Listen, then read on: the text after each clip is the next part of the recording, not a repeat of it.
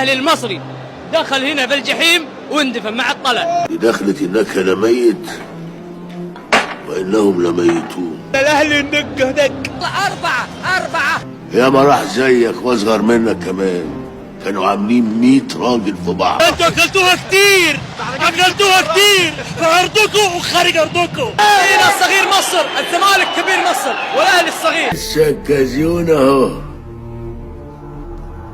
اللي عايز يقول حاجه يقولها. هذه المباراة أنا منتظرها ترى من يوم فزتوا على الهلال 4. ما فيش صايب على الاتحاد يا باشا.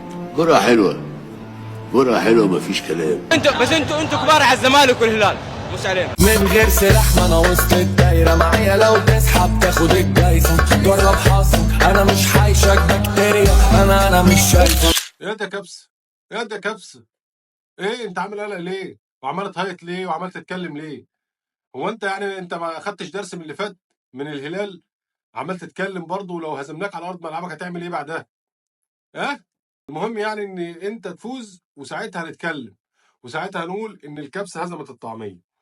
بس على فكره ان الكبسه والطعميه ايد واحده، ده مفيش نقاش فيه. انا كل التحيه لاخواتنا طبعا السعوديين، كل التحيه لاخواتنا الكبساويين، كل التحيه لاخواتنا الاتحاديين، الجمهور العظيم بتاع نادي الاتحاد. على فكره جمهور الاتحاد هو جمهور الشعب هناك، يعتبر جمهور الاتحاد هو اكثر جمهور بيشجع الفريق بقلبه بحماس. كل حاجه بيعملها جمهور الاتحاد. جمهور الاتحاد انت تحبه فعلا. لو انت حتى بيلعب ضدك هتحبه، وانت هتشوف بكره في الدخلات في كل حاجه هيعملها جمهور الاتحاد هيعمل ايه.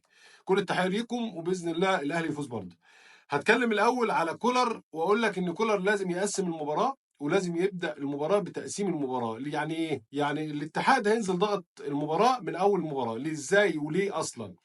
الاتحاد اكيد اتفرج على مباراه الاهلي السابقه، وطبعا احنا شفنا ان في الاهلي في مشكله كبيره جدا بالطلوع بالكوره عند مروان عطيه، ودايما اي حد كان بيضغط مروان عطيه او بيضغط علي معلول او محمد عبد المنعم بيحصل مشكله كبيره جدا. فانا بشوف ان جياردو اللي هو المدرب بتاع الاتحاد، اللي هو المدرب القوي جدا اللي كان بيدرب ليفر بلاد، ده مدرب عمل تاريخ كبير جدا مع ليفر بلاد. مدرب كبير جدا في الضغط العكسي، في تيكي تاكا، في كل حاجه هو بيعملها. مدرب لسه ما اكتشفش شخصيه الاتحاد على ايده.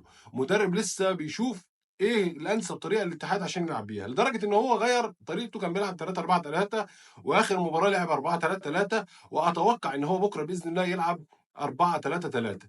كل اللي فيها ان جياردو بيلعب دايما ان هو بيطير الاظهره، وممكن يوقف فابينيو شويه، وحتى لو فابينيو زاد بيوقف فيصل الغامدي اللي هم في النص، وكانتي كده كده بيطير، لانه هو بيضغط بالاربعه او بالسته كمان على قلوب الدفاع بتاعتك او على اللعيبه اللي حاملين الكوره في المنطقه بتاعتك.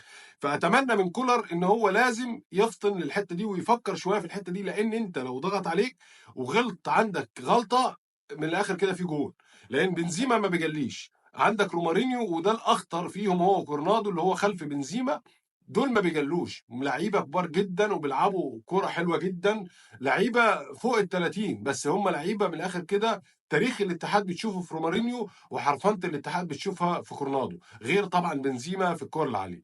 طبعا ابرز ما فيهم زكريا هوساوي اللي هو الظهير الايسر، والناحيه اليمين طبعا الظهير الايمن اللي هو الشنقيطي. دول مميزين جدا في الحاله الهجوميه، بس في الارتداد الدفاعي دايما الاتحاد بيحصل له مشكله كبيره جدا وبيرجع ببطء كبير جدا. فانت ممكن تستغل الحاله دي، واتمنى ان احنا ما نلعبش مباراه زي بتاع سان داونز اللي انت ما قدرتش حتى تطلع بالكوره او تهاجم المساحات الفارغه في سان داونز. اتمنى ان انت في الاتحاد تهاجم، لان هيكون في مساحات فارغه كتيره جدا. واتمنى برضو ان كولر ما يهاجمش من البدايه، لان كولر لو هاجم من البدايه هيحصل مشكله كبيره جدا عليك، او لو ضغط عكسي من البدايه هيحصل مشكله كبيره جدا عليك، وهي المساحات الفارغه، لان هم صراع جدا في التحولات الهجوميه. غير كده ان انا عايز اقول لك ان دايما العب على حته اللياقه البدنيه، دي من ابرز نقاط الضعف عند فريق الاتحاد. ودايما انا بقول ان الاتحاد لحد الدقيقه 60 هو كويس. استحمل فكره ان الاتحاد بيضغطك لحد الدقيقه 60 وبيجري كويس وبعلي الريتم والكلام ده كله. وشوف بقى بعد الدقيقه 60 هتلاحظ ان الاتحاد وقع بدنيا حرفيا. يعني الاتحاد ما بيقدرش يجري بعد الدقيقه 60 لاسباب كتيره، لان معدل الاعمار عندهم 9 لعيبه فوق ال 30 سنه، وعندهم 2 بس اللي هم تحت ال 25 سنه تقريبا.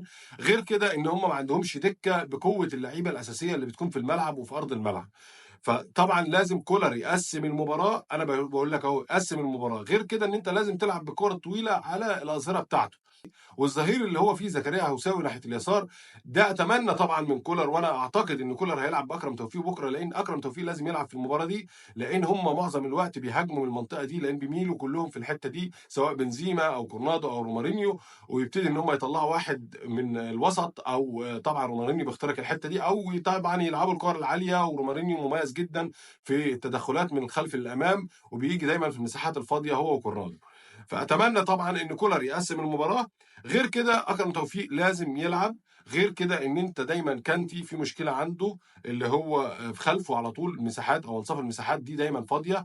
اتمنى طبعا ان كولر يفطن ليها برضو، لان امام عاشور ممكن يكون مميز فيها، هو او حسين الشحات، ان هو يدخل في المنطقه دي، لان المنطقه دي هتكون فارغه جدا.